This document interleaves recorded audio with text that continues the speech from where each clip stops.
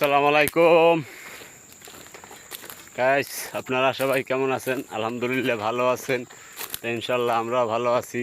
তাই কালকে শুক্রবার গেছে, ছুটি ছিল, আজকে আবার ডিউটিতে আইছি। তো আজকে ডিউটি দিছে।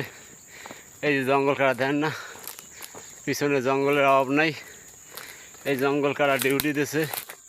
তার এই যে আমার কান্দে দাওয়া আছে। তাই যে এই লাইন কাটতে গেছি জঙ্গল।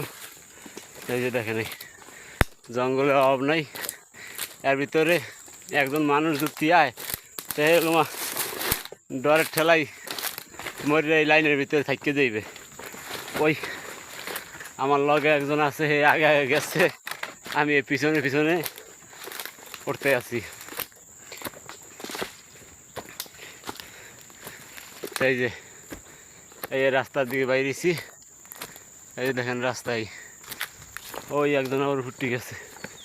তাই ইনশাল্লাহ আপনারা সবাই ভালো থাকবেন।